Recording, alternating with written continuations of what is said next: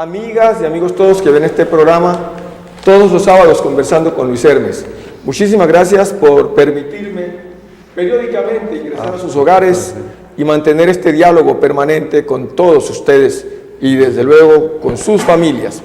Esta noche vamos a adelantar un programa importante sobre lo que acaba de acontecer en el país y que, al contrario de lo que algunos enemigos de la paz podrían pensar, a mi juicio, y respondo yo por eso, solamente yo, pero quisiera que fuéramos los colombianos de bien, quienes hemos vivido esta guerra, o que nuestra familia la ha vivido, el campesino de a pie, el que ha perdido un familiar, un primo, un tío, un hermano, a la mamá, al papá, a la mujer, al cuñado, a un familiar en sentido general, que siente de verdad la alegría en el alma, el hecho de que se silencien los fusiles y que digamos, como en la novela y en la obra de Hemingway, adiós a las armas. Justamente el 27 de este mes de junio será un día y un año para recordar en la historia de este país. Dentro de 50 años y en una cinturia, cuando los hijos de nuestros hijos y los hijos de ellos estén llegando a los 100 años, entonces podrán decir que repicaron las campanas que no se hicieron sonar este 27 de junio, porque por fin cesó la horrible noche, como en el himno nacional, y se silenciaron fusiles que durante 53 años le dispararon a la gente de a pie, a la gente del pueblo en su gran mayoría, que perdimos familiares en esta cruenta y fratricida guerra entre hermanos de una misma patria, de una misma nación y muchísimas veces de una misma ciudad, encontrándose y confrontándose. Este 27 de junio será recordados como lo ha sido el 20 de julio de 1810, cuando dimos ese grito de independencia del gobierno español, pero seguíamos ligados a él, porque muchos querían que siguiéramos ligados al gobierno español. Y por eso se desencadenó una guerra interna que no pudieron resolver y dieron paso para que, una vez repuesto en el trono nuevamente, Fernando VII mandara a sus tropas a sus colonias y nos sometieran por largos 9 años, que desde luego con la fuerza de Simón Bolívar, de Santander, de Anzoátegui, de todos los que intervinieron en la justa independentista, ese 7 de agosto del año de 1819 alcanzamos la independencia del gobierno español y cesó la horrible noche de que estuvieran masacrando a los colombianos de bien.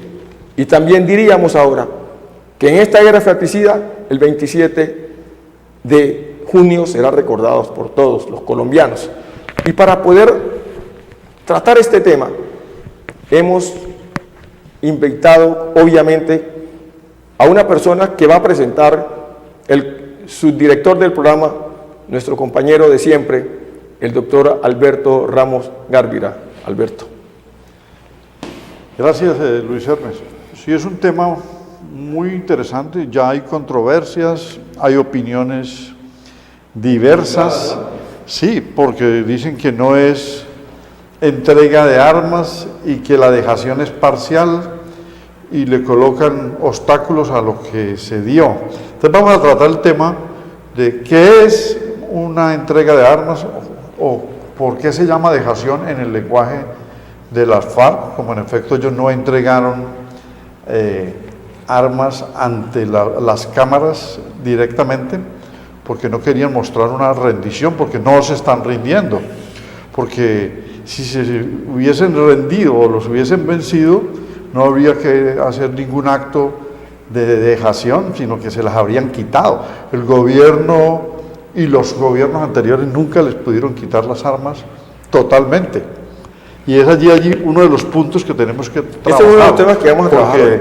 Sí, porque la gente no entiende qué cosa es dejación de armas y la otra es rendición. Y aquí no ha habido entrega de armas. Entonces, para tratar este tema, hemos invitado al doctor Harold Ortiz, es profesor de la Universidad Libre, politólogo de la Javeriana, filósofo de la Universidad del Valle, ha sido profesor auxiliar de mis cátedras de Derecho Internacional, de Ciencia Política, pero él también es profesor titular de otras cátedras en la universidad. Entonces, con él vamos a...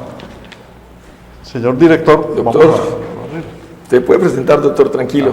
Bueno, muchas gracias a ustedes por nuevamente invitarme a su programa, ¿sí? Para tratar de orientar, formar y discernir de temas tan importantes como los que se han estado presentando, ¿sí? Concretamente sobre el asunto de la dejación de armas en el pasado 27 de junio, el martes de esta semana que va en este curso. Entonces, son temas importantes por debatir, porque pues son temas de vital trascendencia en la vida nacional de nuestro país, y qué más oportuno que en estos programas de televisión tratar esos temas con esa finalidad, con ese objeto de tratar de orientar a esta gran masa de ciudadanía sobre estos temas tan importantes, y más que se convierten pues en una agenda tan vital, ¿sí? Para las próximas elecciones del próximo año, como es el tema de la paz, el proceso de paz y de los acuerdos de paz. Sí, muchas gracias por la invitación. Este programa es precisamente ese, un programa didáctico, orientador y de opinión, que deje libertad a los televidentes y asiduos amigos de este programa para que ellos saquen sus propias conclusiones, pero aquí lo que tratamos es siempre de orientar una dinámica de opinión en un conversatorio que hacemos con invitados de altísima calidad, como es el caso de ustedes dos. Para avanzar, veamos qué fue lo que dijo el presidente de la República este 27 de junio y qué dijo el Timochenko, Rodrigo Londoño también. Escuchemos. Y hoy, en este rincón de Colombia, de nuestra querida Colombia, la siento más vigentes que nunca. Sin armas, sin violencia, no somos más un pueblo enfrentado entre sí. No somos más una historia de dolor y de muerte en el planeta. Somos un solo pueblo y una sola nación, avanzando hacia el futuro dentro del cauce bendito de la democracia. Hoy, 27 de junio, para mí, y creo que para la inmensa mayoría de los colombianos, es un día muy especial, un día que jamás olvidaremos, el día en que las armas se cambiaron por las palabras.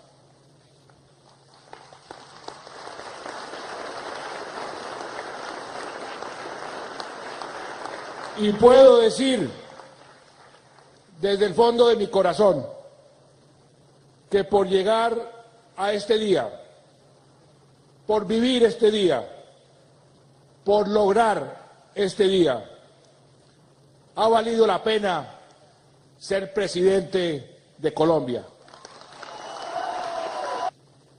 Y hoy, con emoción, constatamos el fin de esta guerra absurda, que no solo duró más de 5 décadas, sino algo peor. Duró más de 8 millones de víctimas y más de 220.000 compatriotas muertos.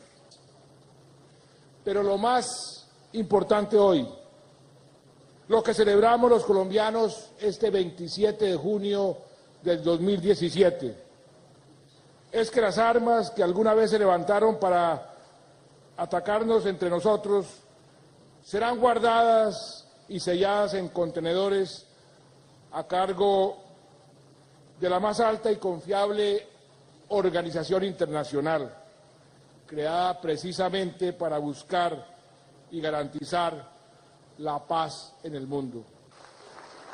Quedan aún deberes recíprocos que ustedes y el Estado tenemos que cumplir para que este acuerdo de paz que hemos alcanzado se traduzca en una paz justa, estable y duradera para nosotros y todas las generaciones por venir. Y para que ese derecho sea efectivo, contarán con todas las garantías de seguridad que sean necesarias. Compatriotas, la dejación de las armas es el símbolo del nuevo país que podemos ser y estamos comenzando a ser.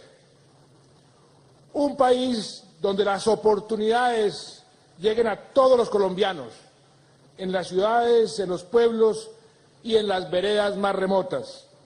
Ahí donde el Estado no pudiera llegar por causa del conflicto armado.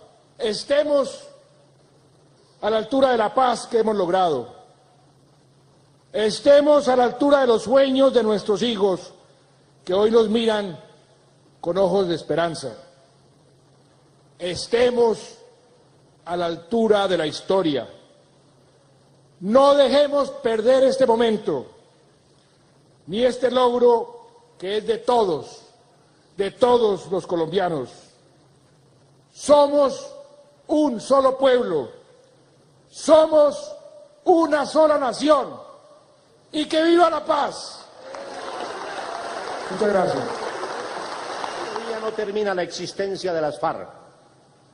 En realidad, a lo que ponemos fin es a nuestro alzamiento armado de 53 años, pues seguiremos existiendo como un movimiento de carácter legal y democrático que desarrollará su accionar ideológico, político, organizativo y propagandístico por vías exclusivamente legales, sin armas y pacíficamente.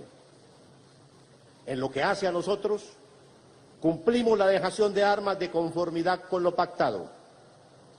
Quedan ellas en manos de Naciones Unidas para la construcción de los monumentos previstos. Honramos así nuestra palabra y esperamos, junto con todos ustedes, que el Estado cumpla la suya. A partir de hoy, debe cesar toda persecución política en Colombia. Lo hemos dicho muchas veces, los acuerdos de paz no son para las FARC, son para todo el pueblo colombiano. Compete a este, con el respaldo de la comunidad internacional, que tanto se esmeró por su firma, por su estricto cumplimiento, velar por su estricto cumplimiento. En adelante, nuestra lucha se encaminará a exigir la implementación práctica de lo acordado. Lo haremos de modo pacífico y civilizado, pero sin cejar un solo instante en nuestro empeño. Sentimos que Colombia nos acompañará y que contaremos con la legitimidad suficiente para solicitar la solidaridad internacional. Sea este el momento para expresar nuestra preocupación por la negligencia estatal en la honra de su palabra. Los asesinatos de dirigentes populares no se detienen, mientras crece la amenaza paramilitar en todo el país. La muerte aleve alcanza ya a guerrilleros y milicianos indultados o amnistiados, y son ya varios los casos de familiares de estos también que han sido asesinados. Aún no arrancan los mecanismos previstos en los acuerdos en este campo. Trabas de orden burocrático, administrativo, judicial y hasta político lo impiden. La actuación estatal debe ser inmediata. Nada justifica su demora. Resulta lamentable que buena parte de los guerrilleros, milicianos, simpatizantes o acusados de pertenecer a nuestras filas permanezcan en prisión a 6 meses de expedida una ley de amnistía e indulto que les garantizaba su libertad en 10 días. Bueno, hemos llegado a la intervención o a las intervenciones del señor presidente de la República y del jefe de lo que fue la FARC, Timochenko, hoy Rodrigo Londoño, con su cédula de ciudadano colombiano. Aquí estamos hablando sobre la dejación de las armas y algunos opositores al programa han dicho que no hubo entrega de armas y que dejación de armas, pues ellos siguen más o menos delinquiendo o pueden seguir matando porque no han hecho una entrega inclusive pública, demasiado pública como debiera ser, y se olvidan que en Irlanda del Norte, quienes saben del proceso, por ejemplo, y en algunos países, cuando un país, nunca una guerra ha habido rendición en estos casos, entonces no hay una entrega de las armas, sino una dejación de las armas prácticamente por un acuerdo de voluntades entre las partes que se confrontan y que resuelven someterse los unos a entender que el imperio de las armas deben estar en manos del gobierno. Y en ese sentido hacen dejación de las armas, pero no se están rindiendo. Y para tratar este primer tema, yo quisiera que el doctor Alberto Ramos y Harold intervinieran sobre esto. Pero antes déjeme decirle que esta frase del presidente de la República me llenó de emoción. El solo hecho de haber logrado que la FARC, después de 53 años, hubiesen dejado las armas, valió la pena ser presidente. Bueno, Luis Hermes, pues esa frase es muy contundente, resume su fruición, su emoción.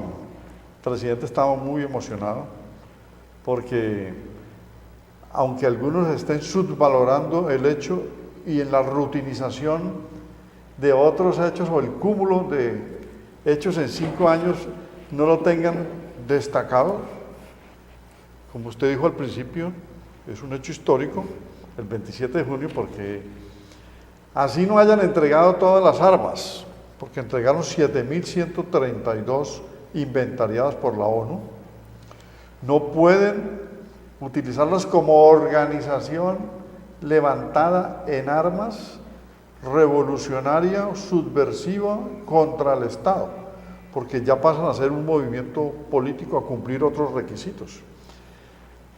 Habrá disidencias, y la hay como en el Guaviare, pero la organización se desmantela para pasar a ser un partido político. Entonces no pueden utilizar las armas abiertamente.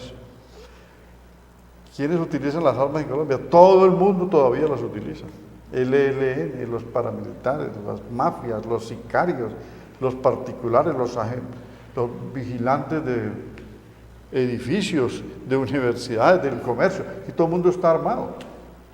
Hace 70 años viene un proceso de pistolización, y esto es un hecho histórico porque es un desarme, es una dejación y es un comienzo hacia el posconflicto, y la paz no está todavía perfeccionada, es una paz imperfecta, pero es un camino a consolidar la paz, porque todas estas cosas la gente no las procesa de esta manera. Entonces, dejación es una voluntad de dejar las armas, porque hay un consenso, como usted lo explicó, en un diálogo pactado durante 5 años para entregarlas y reformar al Estado, como son los acuerdos, los reforman. Las armas, entonces ellos consideran que las dejan para volverse un partido político. Y como dije ahora, no se las quitaron al final del proceso, porque es un proceso dialogado. Sí les quitaron muchas armas en 53 años, pero no los vencieron. Luis Carlos Villegas, ministro de Defensa, está diciendo, es que hay un registro de 13.000 armas que les hemos quitado en los últimos 17 años. En total les han quitado 54.000 y pico. Y le suman otras de que llegó Santos al poder en el primer gobierno, y luego presentan una cifra de 50.000, que puede ser cierta o inflada. Claro, cada que había un operativo, cada que los correteaban les quitaban unas armas. Entonces sume y eran no sé cuántas. Pero ¿qué es lo importante aquí? Que eran 7.000 hombres los que llegaron a las zonas federales. Entonces hay 7.000 armas, un arma por cada hombre. Claro que podían tener cada uno 2 o 3, pero hay unas coordenadas para que las terminen de entregar hasta el 1 de septiembre, hay 2 meses, y la ONU tiene las coordenadas de unas caletas que ellos han dicho que existen. ¿Sí? Pero todo no puede ser en el mismo momento, y eso quiero que lo analicemos ahora, doctor Harold, sobre el tema. Es importante hacer ese reconocimiento de lo que sucedió el martes 27 de junio en Mesetas Meta, ¿sí? Un hecho trascendental en la vida nacional que no se puede desconocer, no se puede subvalorar. Sin embargo, hay ciertos sectores de la sociedad colombiana que persisten en subestimar lo sucedido, y esto era pues de esperarse, ¿sí? Porque pues el acuerdo de paz y todo lo que antecede a él pues ha generado un ambiente enormemente de polarización en el país, y eso evidentemente hace, ¿sí?, de que estas iniciativas de paz, estos hechos de paz y estos acuerdos de paz sean subvalorados. Era pues de esperarse este tipo de conceptos en torno a estos acuerdos de paz. También era de esperarse que después de 53 años de violencia, de lucha armada en el país, pues ciertos sectores de la sociedad colombiana terminaron casi, o por no decir totalmente, militarizados en ese ambiente a favor de la guerra, ¿sí? Eso desde el punto de vista político. También hay otra mirada desde el psicoanálisis, desde la psicología, ¿sí?, que es el argumento que plantea el profesor Fieri Kuzma, que dice que en la naturaleza humana, ¿sí?, existen unos prejuicios que son difícilmente imposibles de superar, ¿sí?, como el racismo, ¿sí?, que a pesar de los argumentos racionales, a pesar de los argumentos legales de índole ético y moral, difícilmente parte de la humanidad y de las personas podrán superarlos. Y uno puede ubicar precisamente el acuerdo de paz o estas iniciativas de paz, ¿sí?, como un prejuicio de ciertos sectores de la sociedad colombiana, doctor Alberto, ¿sí?, que por más iniciativas de paz, que por más voluntades y acuerdos de paz, ¿sí?, difícilmente estas personas podrán superar, ¿sí?, ese estigma o ese concepto negativo que tienen sobre las FARC, que las han deshumanizado, ¿sí? Y en eso tiene mucho que ver los medios de comunicación que formaron tanto culturalmente como históricamente, ¿sí?, hacia un rechazo, hacia un movimiento armado revolucionario que a través de las armas trataba de reivindicar una serie de derechos, una serie de bienestares a favor de los sectores vulnerables de la sociedad colombiana. Entonces, la tarea no es fácil. Superar ese estigma, doctor Hermes, no es fácil. No es fácil. Sin embargo, allí están las voluntades, allí están las iniciativas, allí están los acuerdos de paz que tratan precisamente de fortalecernos, ¿sí?, ante esos conceptos negativos que se han dado en torno al acuerdo de paz. Yo retomo las palabras del doctor Niño, de Harold, retomo la suya, y tiene razón. Aquí, en este momento, lo que se ha generado es la ruptura de un statu quo en que el país se venía manejando durante 53 años en guerra, y yo diría que mucho más atrás aún, y que se ha desarrollado una cultura del miedo, que quienes han podido aprovecharlo para su bien, porque les ha servido desde el campo económico, social y político para sacar ventajas de allí, están diciendo y siguen diciendo: mire, esto no va a ser posible y no sé qué, y si no los vencemos y si no los acabamos, esta gente va a seguir matando, va a seguir haciendo daño. Entonces, el pueblo colombiano que ha vivido con este miedo sigue todavía, porque no quiere pasar a la construcción de un nuevo paradigma, que es un país en paz. Y dentro de ese contexto, quienes están en contra de este proceso, porque en ninguna guerra, en ningún proceso que se haya dado en el mundo que yo conozca, el de IRA, el de ETA, el de Nepal, el de Nicaragua, el de Guatemala, el de Sudáfrica, oiga, el de Ruanda, en ninguno de ellos ha habido rendición, ha habido acuerdos y ha habido dejación de las armas. El de Ruanda, imagínense usted, en Ruanda más de 800,000 muertos en 100 días. Nosotros en 53 años, 220,000, 250,000. Obviamente que cualquier vida duele. Y en Ruanda no pudieron hacer nada. Pero vamos más acá. El arreglo que hizo Uribe con los paramilitares. Eran 35,000 paramilitares. Y no entregaron 18,000. No entregaron 35,000 armas, sino 18,000. La mitad. Quiere decir que 0.5 armas por cada combatiente. En Ruanda y en todos los países nunca se han entregado tantas armas.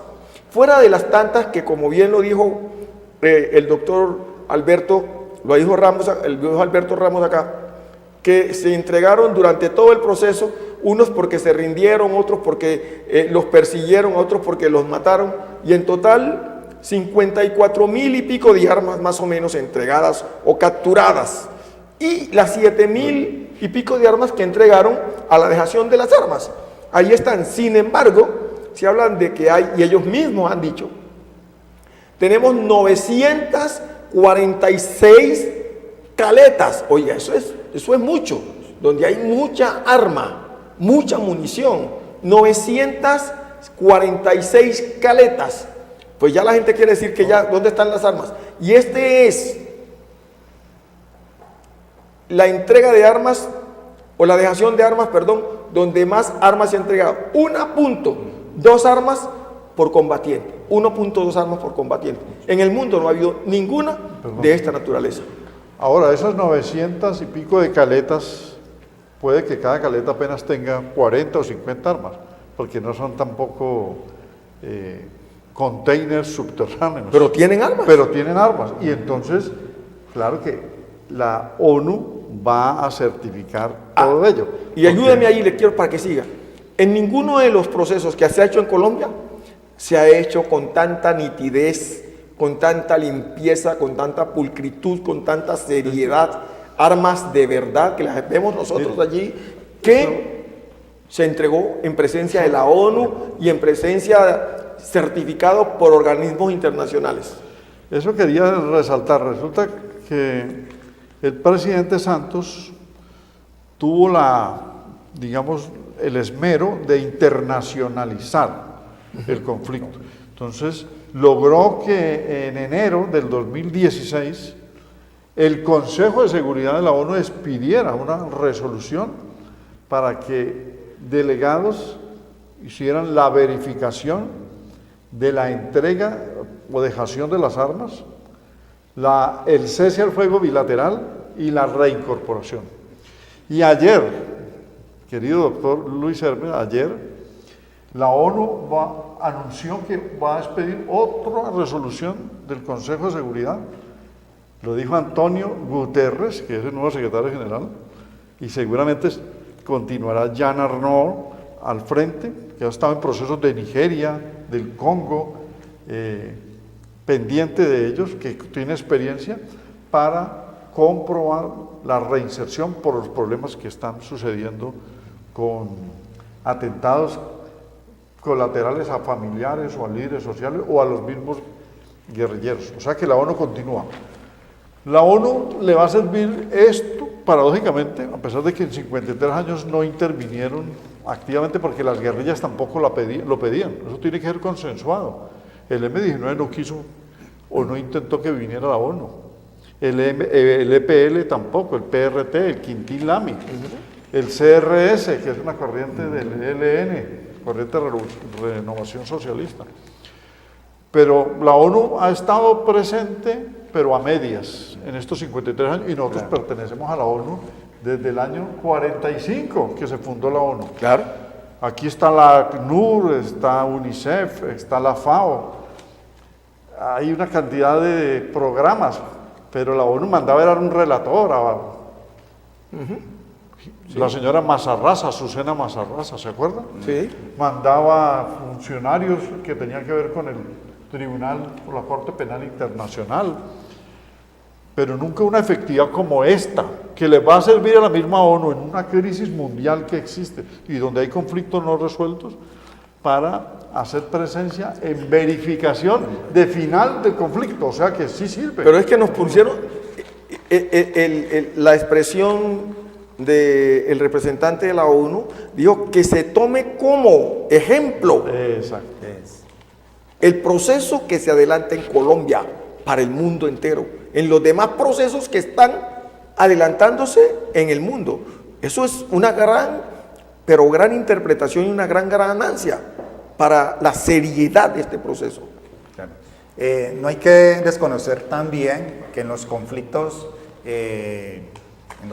armados que se dieron en Centroamérica en la década de los 80, concretamente en El Salvador en 1992, en Guatemala en 1998, también hubo una efectiva presencia de las Naciones Unidas, ¿sí?, de la comunidad internacional, e inclusive en las mismas mesas de negociación, ¿sí?, que fueron de mucha ayuda porque trataron de limar las asperezas o las diferencias tan enormes entre los representantes del gobierno y la insurgencia armada revolucionaria. Entonces fue muy importante, creo que de la década de los 80, la presencia de comunidad internacional y de Naciones Unidas. Para el caso colombiano fue realmente grandioso, trascendental la presencia de las Naciones Unidas a lo largo y ancho del proceso de paz, no solo el proceso de paz de este con Santos, sino en los procesos un poco anteriores a este. Entonces, fue muy importante digamos que la idea que tuvo el gobierno, ¿sí?, de abrirle las puertas a la comunidad internacional, a las Naciones Unidas, ¿sí?, en los momentos de la verificación e implementación de medidas, aportes de carácter logísticos para acelerar más el proceso de paz. Entonces es muy importante porque, como acaba de decir el doctor Alberto Ramos, la presencia de la ONU sirvió para darle claridad, confianza, ¿sí?, a las partes en la mesa de la negociación, tanto de La Habana como en Santa Fe de Bogotá, a finales del año pasado. Bueno, aquí Harold Ortiz nos ha marcado nuevamente la presencia en el espectro internacional que este conflicto logró tener porque vinieron delegados de Alemania, de la Unión Europea, de la OEA, de UNASUR, de Estados Unidos, un delegado especial de Obama que era el señor Bernard Aronson, y la ONU. Pero es que la ONU es el organismo multilateral que tiene que lograr el orden mundial. Lo que pasa es que el conflicto nuestro, como es un conflicto interno, no era un conflicto internacional, pero tuvo momentos de carácter internacional por la alteración de las fronteras con Venezuela y con Ecuador. Claro. ¿Sí? Alteró la vida vecinal y la diplomacia. Acuérdense que el señor Hugo Chávez vivía molesto con Uribe y el señor Rafael Correa también, y en Panamá, en la zona del Darién también había reacciones. Entonces se desbordó el conflicto por el paso de tropas y por el repliegue a lo internacional, y eso podría haber sido solamente un justificante para que la ONU interviniera, porque ya dejó de ser un conflicto interno. Así está registrado en el caso Tadic, digamos, en Bosnia, o en el caso Rajit, ¿sí?, lo de Nicaragua con los contras. Ajá. Porque Reagan los patrocinó, allí se internacionalizó el conflicto porque eran no contras internos, Pastora fue digamos, y financiado desde afuera, y vino el escándalo de Irán-Contras. Entonces, cuando un conflicto se desborda siendo interno, la jurisprudencia internacional lo visualiza como internacional. Bueno, el hecho es que ya tuvimos a la ONU y va a seguir la ONU, y eso es una garantía, porque si no, aquí la oposición enreda más a la gente y al mundo. Ellos no van a poder enredar. Por ejemplo, ese señor Macías, que es un vocinglero, no tiene, ya le acaban de descubrir que no tiene ni estudios de bachillerato, y es uno de los hombres que más atiza los odios desde el Centro Democrático. Un senador que el mismo mentiroso gerente del No, Juan Carlos Vélez Uribe, que era el senador que le cedió a él el cupo, ha dicho que es un desagradecido. Pues resulta que personajes de ese talante, o como María Fernanda Cabal, pues hombre, atizan unos odios, no dejan que la gente discierna sobre esto, porque la paz es el bien supremo y estamos encaminados a lograr la paz, porque esto de la firma de los acuerdos, de la implementación, de la dejación de las armas, todavía no tenemos la paz en la mano. La paz hay que construirla en el posconflicto. Y la tenemos que construir entre todos. La paz no es un resultado de que el Estado en representación, con su representante que es el presidente, y el representante de los alzados en arma, antes Timochenko, hoy Rodrigo Londoño, hayan firmado un documento y ya estamos en la paz, y chau chau. No, señor. La paz se construye desde las regiones para toda la nación, y la paz la construimos entre todos los colombianos, todos, pero fundamentalmente quienes más quieren la paz son los que más hemos sufrido la guerra. Quienes más han sufrido la guerra son los que quieren la paz. Escuchemos una voz muy autorizada, pero supremamente autorizada en estos menesteres, y es la voz de la historiadora Diana Uribe, que nos cuente cuál es su sentir frente a la dejación de las armas por parte de la FARC. Y luego entramos a la última parte de este conversatorio. Y lo del IRA, que ella analiza el IRA en Irlanda. Escuchemos. La vi con su bata blanca aliviando el dolor, conjurando el miedo, con una oración le he visto hacerse palabras. Buenas. Uno de los momentos más complejos, álgidos, poderosos y tremendos en un proceso de paz es el momento de la dejación de las armas. Porque cuando se produce la dejación de las armas, ahí hay un cambio político, pero ahí hay un cambio alquímico. Porque lo que se había respaldado a partir de las balas y la violencia se va a respaldar a partir del debate de las ideas. Cuando se llega ahí, después de toda la cantidad de pasos que tienen los procesos de paz, que son de los procesos más complejos que se dan en la humanidad, ahí ya es el punto de transformación. En el caso de Irlanda del Norte, por ejemplo, tuvieron tantos problemas para llegar allá, se gastaron 10 años para llegar al final de la entrega de las armas. Ellos lo llamaban el decommission, como el decomiso, ¿sí? El decomiso. Y fue tan enredado porque lo que ellos hicieron fue tratar de amarrar el cumplimiento de una parte de los acuerdos con la entrega de una parte de las armas. Lo que los metió en el tema del huevo o la gallina.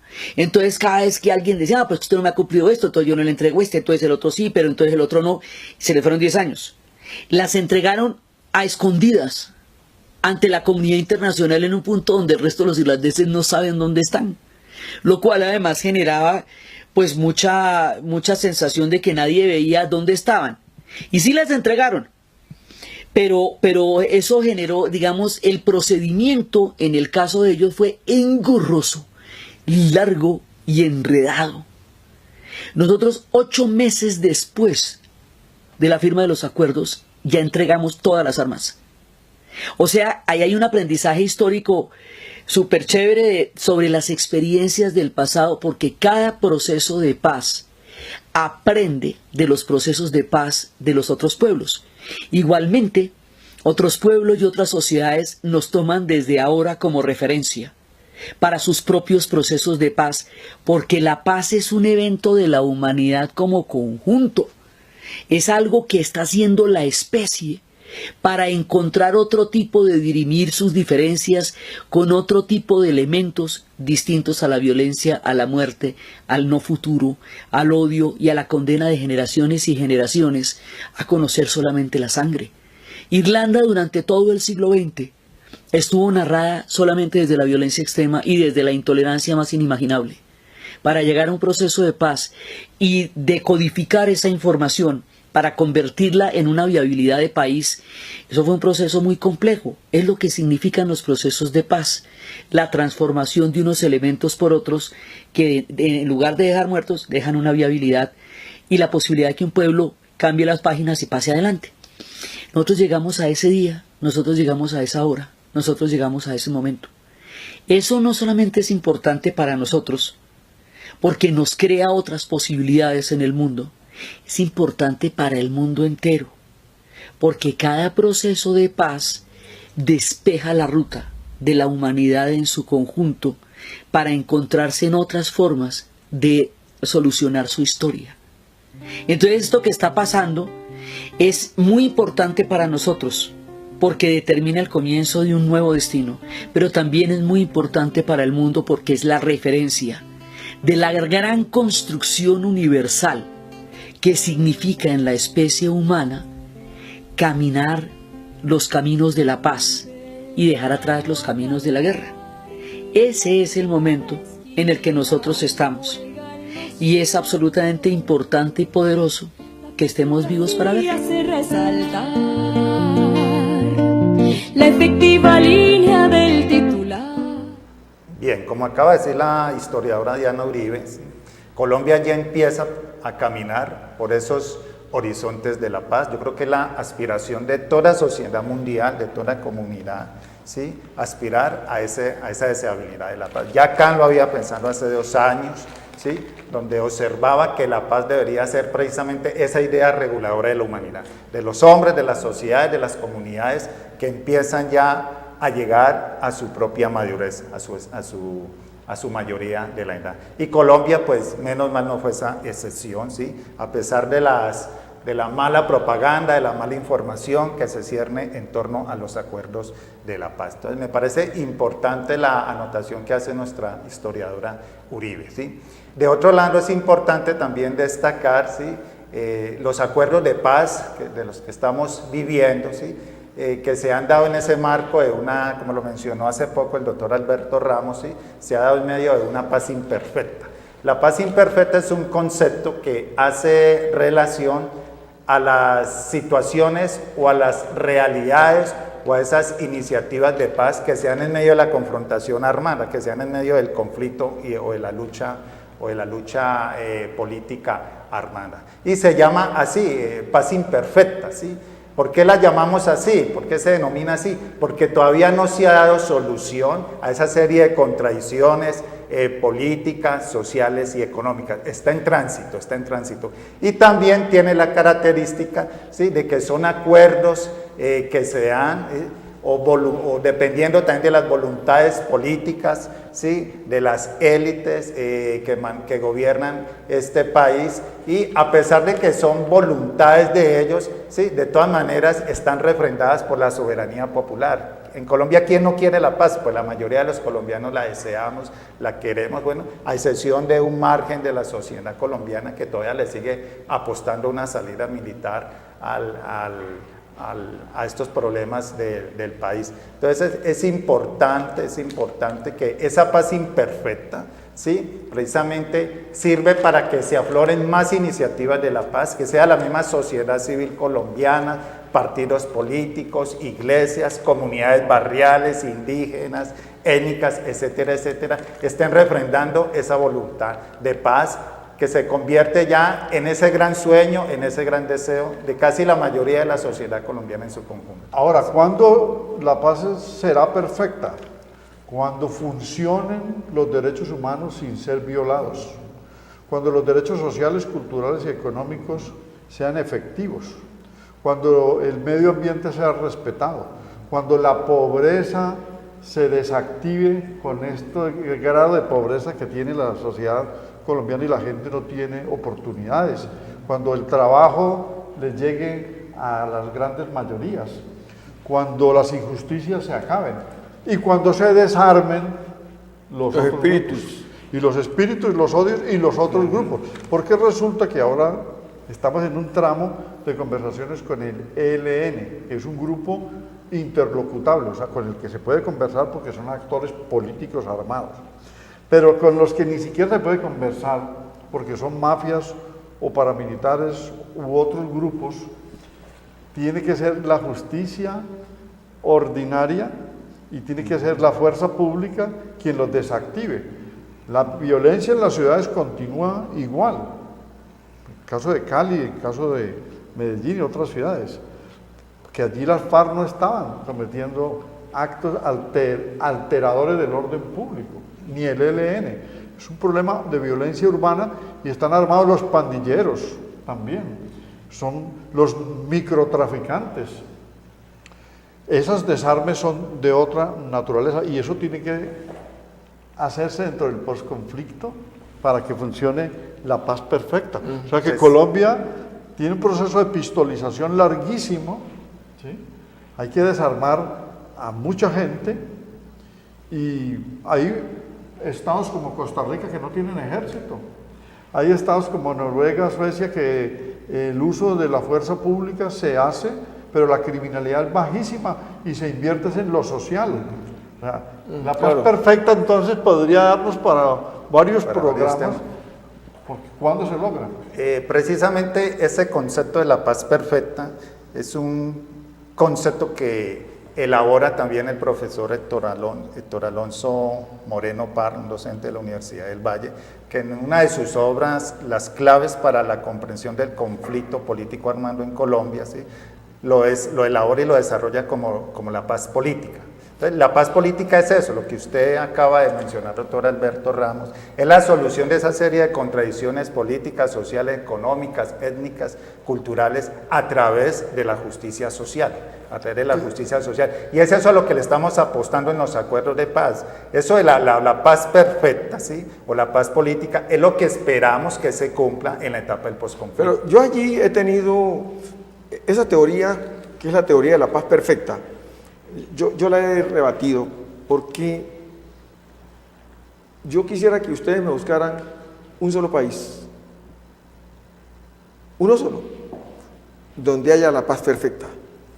Yo creo que lo que uno trata de buscar es aquello que se acerque más a la paz perfecta, pero no existe la paz perfecta como tal. Ni un solo país en el mundo tiene la paz perfecta. Y que se acerque más al ejercicio de la soberanía interna, y entonces, para controlar en ese el orden caso, público. nos acercamos más a la paz social y a la paz política. Entonces, es cómo buscamos que haya menos iniquidad social, que haya menos desigualdad, que haya menos injusticia, que haya un mejor tejido social para todos los habitantes de un país. Cuando estuve la oportunidad de estar en Monte Carlo, me encontré allí con una situación y yo le dije, ¿dónde viven los pobres acá? Y entonces de arriba, que estábamos en una parte alta nosotros de Monte Carlo, me dijeron, en esa parte de allá, todos los que viven allá son los pobres. Casas, edificios, estrato 5 o 6, es como estar uno en una parte de Bogotá, o en la parte de estrato 5 y casi 6 de Cali. ¿Y es que allá viven los pobres? Sí, allá viven los pobres. El Estado les subsidia todo, comida, transporte, todo, subsidiado por el Estado. Entonces, uno tampoco busca una cosa de esa naturaleza. Por ejemplo, yo soy enemigo de las casas regaladas, y yo vengo de ser bien pobre, porque pienso que con eso se atiende una situación política para darle a los amigos de los políticos, pero no resuelve el problema de los más de 9 millones de colombianos, más de 9 millones que están en la miseria absoluta, que viven con menos de $1. Entonces, démosle trabajo a la gente, que todo el mundo, Alberto, tenga la posibilidad de llevar el pan a su casa, pero que se lo gane trabajando, que haya trabajo para todo el mundo. Yo no estoy de acuerdo con esa situación de estarle dando un bocado, que a la gente le dan 80.000 pesos cada 2 meses y tiene 3 hijos. No, eso no está bien. Dele trabajo, porque este principio rector chino, o que enséñele a pescar a la persona, no le dé el pescado, enséñale a pescar y verá que él siempre llevará el pescado, porque lo otro es hacerlos miserables y después no quieren trabajar. Entonces, yo estoy de acuerdo es que todos tenemos derecho en un país donde haya mayor justicia social, donde haya mayor equidad, no tanto llegar a la paz perfecta, porque no existe, pero sí llegar en la búsqueda de una mejor paz de justicia social. El problema en Colombia es que... Nos quedan 2 minutos para terminar.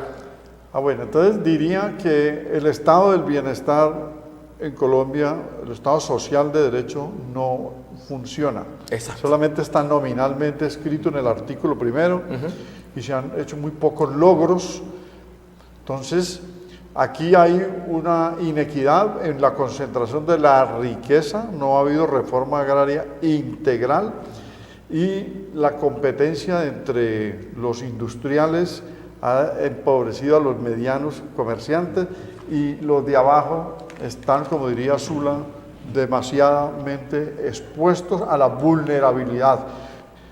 No tenemos un sistema político que se asemeje siquiera a la socialdemocracia, aunque tenemos un Estado social de derecho, pero no se asemeja porque no hay bienestar social. ¿Harold?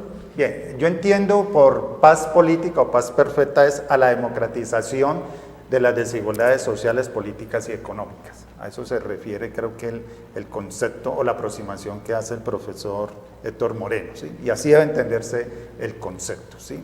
Y segundo, estoy totalmente de acuerdo con las palabras del doctor Alberto Ramos, ¿sí?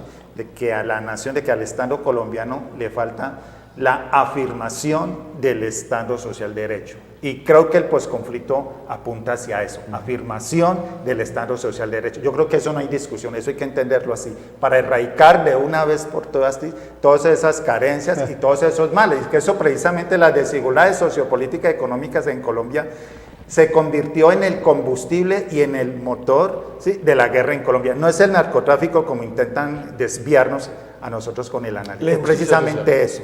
Ese es el conflicto o el motor o la gasolina o el combustible de la guerra en Colombia, esa serie de desigualdad. Entonces, qué bueno que ojalá que ese Estado social de derecho se reafirmara en esta etapa esas desigualdades. Segundo, el narcotráfico y tercero, la corrupción. Bueno, más que las guerrillas, hemos llegado al final de este conversatorio tan interesante y quedamos, doctor Harold, pues para hacer un programa sobre el posconflicto y ahondar con el mismo el doctor Moreno sobre esa temática y esa teoría sobre la paz perfecta, que en eso nosotros hemos tenido confrontación sobre el enfoque de la teoría. Hemos llegado al final del programa. Muchísimas gracias, Harold, por estar acá. Voy a dejar que el señor subdirector despide el programa. Bueno, una consigna de este programa es alertar a los padres de familia sobre la vigilancia, cuidado de los hijos. Es decir, ¿dónde están sus hijos menores de edad? Mucho cuidado porque pueden estar siendo desviados por redes sociales, por internet o por amistades que los conduzcan a actos que los perviertan, y esa educación familiar no se puede perder en la construcción de una moral y una conducta apropiada que Colombia necesita, que su juventud venga a reemplazarnos después a las generaciones que estamos, digamos, por encima de todos esos niveles. Muy bien, buenas noches y hasta el próximo sábado.